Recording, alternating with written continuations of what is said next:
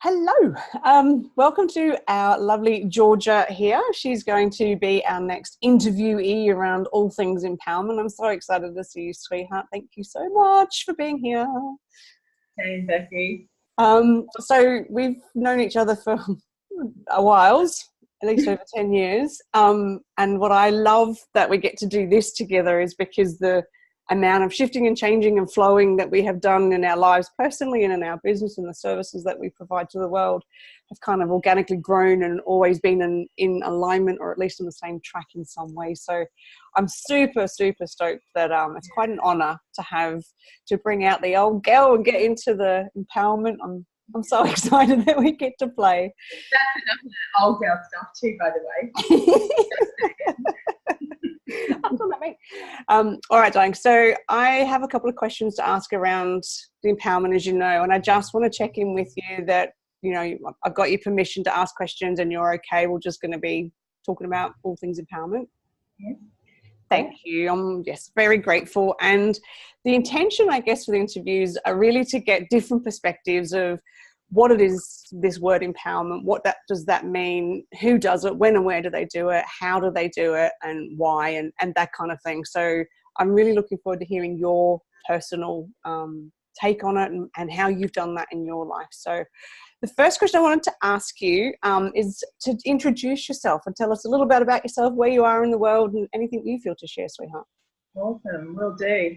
But I just want to say, Becky, it's a great word, empowerment, just to start with, because I mean it's massive. There's just so much that it covers. It's huge. It's I know that we've got 10 minutes, and I'm going to do the best I can to give my little tidbit on that.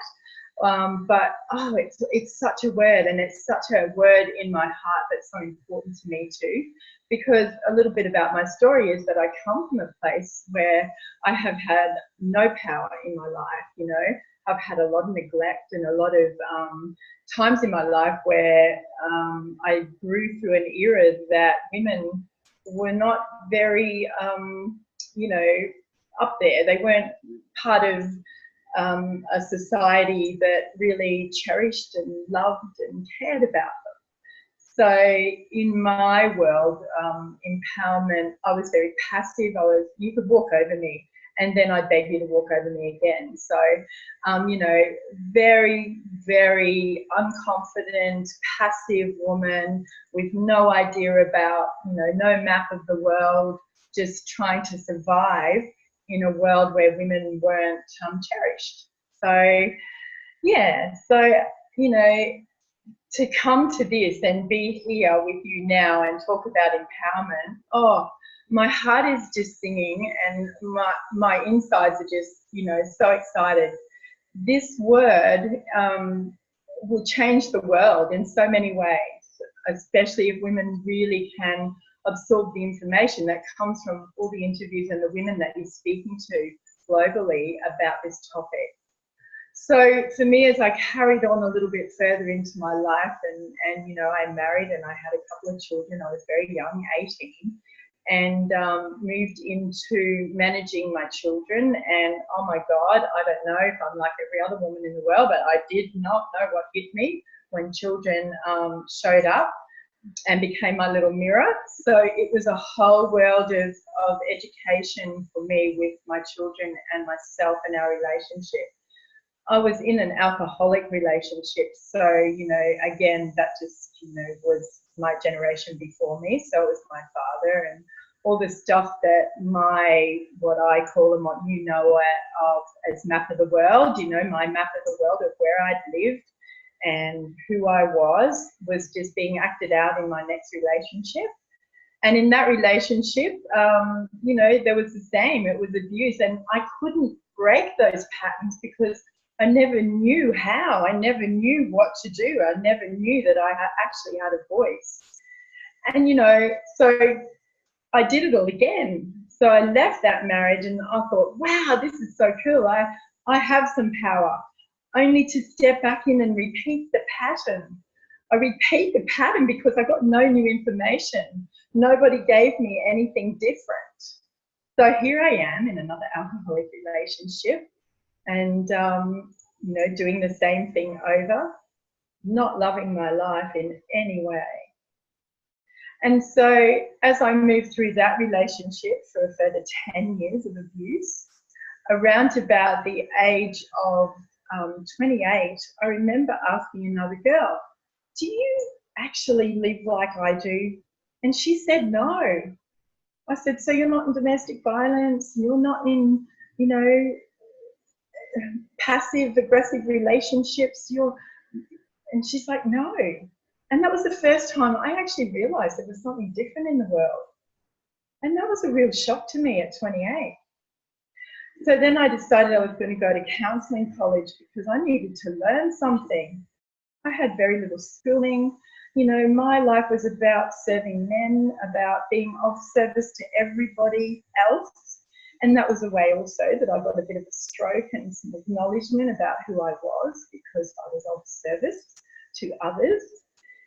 And that was, so I went to counselling college, and through counselling college I learned a lot. However, it still didn't give me the life experience that I required. So what do you think I did then, Beck? I went and joined the police service, and I became a police officer because that would so give me everything I needed, right?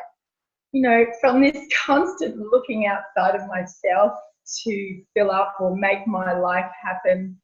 But, you know, I thought, well, that would give me power, you know, and it doesn't. Like, that is not what empowerment is or getting power is to me. So I come out of there. I actually joined the police service at 40, and I came out of the police service at 50.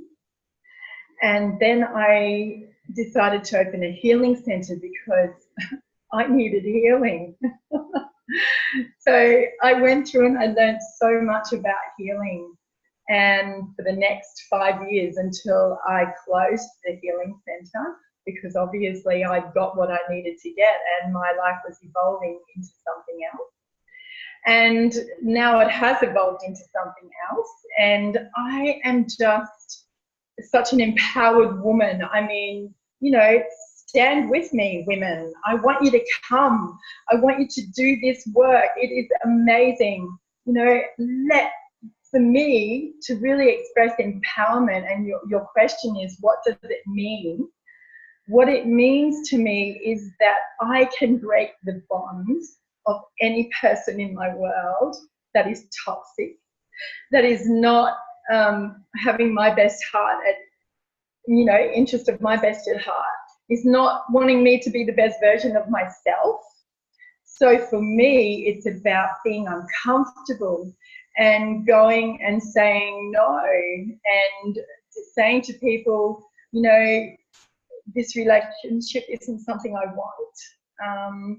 So I can move into what I want, and then I can see that model in other women and take on their map of the world or their way of showing me how to be a woman and the best version of me. So when you ask me about empowerment, it's definitely about, well, there's other things too. It's about resilience and seeing things through and making sure. When I first joined the police service, I wanted to get out of there within the first year.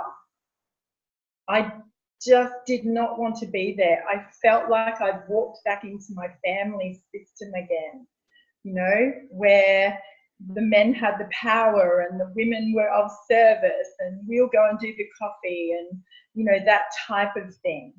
And so I walked, and here I was repeating it again, yet again. And I wanted out so badly in the first year. And you know what? I stayed for 10 years, and I'm so glad that I did, because I learned so much more, and I learned to stand up to other people.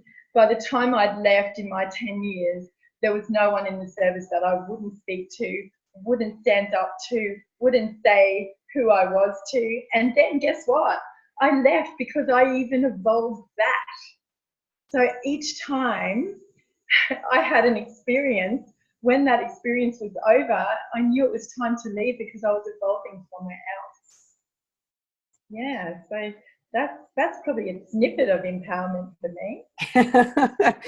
Wow, sweet. I love the depth of woman that you are. Thank you so much for sharing. And I feel the wisdom around it is in that reinvention that you've always done. And it's been such a privilege to witness that at some way over the years. Because each time you've mastered something, you've up leveled and you've gone, okay, now what's next for me? And you recreate, you reinvent, you reclaim, you remember, and you bring in that next piece. And you've done that. And I've seen that in your personal relationships and with your family and businesses and how you support and of service to others. So I love that you are the living embodiment of empowerment as opposed to this buzzword over here that's, something external. So such a good example of that. So if you were going to give 3 hot tips to somebody listening, get your pencils ready, what would be 3 hot tips around empowerment that you would share, sweetie? Oh my God, I've got about 22, but anyway, for the 3 that you're requiring, I suppose I would say 1 is be in your own business and manage who you are. And, that concept is the Byron Katie concept, who I absolutely adore and I've followed in my life. And she will say, I get hooked into people's stories, or I get hooked into people's lives, or, and next thing I know, I'm filling up on how I can support them instead of coming back into my own life and supporting me. So, there's a lot I can't control in my world, and there's a lot I can control. So I choose what I can control in my world. So tip 1 is be in my own business and manage me. And that would be my number 1 hot tip, because that's something I really, really practice in my own life. Number 2 tip would be, nothing anyone says or does is about me. So, if you're a person that's going to take something personally, I think when people do things, they teach me who they are. They teach me by their actions and what they say. And if I don't take it personally, I get to see a really clear picture of that person. And so nothing anyone says or does is about me. My 3rd hot tip, and I know everyone's going to be, well, that's bullshit, but it's not. My 3rd hot tip is everything I do for me. Now that's a bit of a concept to get your head around, but I'll give you a quick example if I may, if I've got enough time there. And my example of that is I was in a restaurant in Townsville, and there was a lady at the door and she was begging, $4. And my old pattern, or my old way of thinking when I walked past her was, I'm not giving her money, she's just that girl, blow it on alcohol or something. And I'm not wasting my money on alcohol. Anyway, so I go into the restaurant, I'm sitting there watching while I was waiting for clients, and I'm sitting there watching her. And then I thought, gee, that's such an old way of thinking. It's such an old pattern of mine, and I really don't like myself for it. So how could I maybe change that or do something different with that? And so what I did was I got $20 out of my purse, and I wanted to see what would change in me if I did give her money. So I walked up and I put $20 in her tin, and she was like, oh, thank you, thank you, thank you. But she didn't know I didn't do it for her. I did it for me. And when I sat back down and I thought, I feel so kind. I feel like my heart just opened. Oh, wow, I so love doing that. I don't really care what that woman does with whatever. I did that for me. So my 3rd hot tip is to remember anything I do for me. You just got to find what you're doing it for. Yeah. Oh, that's so good. I had a bit of a Bryan Adams moment when you said everything you do for me. Break out into song. I love that. I really love those hot tips. So yeah, I'm just going to reiterate, manage me, be in my own business. I love that. It's not about you, it's about them.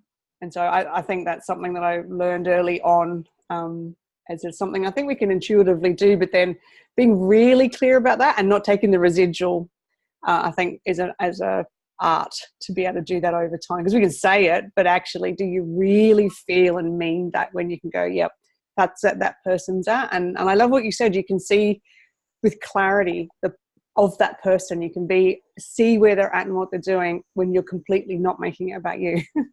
Well, that's right. And people will teach you everything you want to know about them. You've just got to observe that. Yeah. You know, Yeah. and all the information you require. I love that.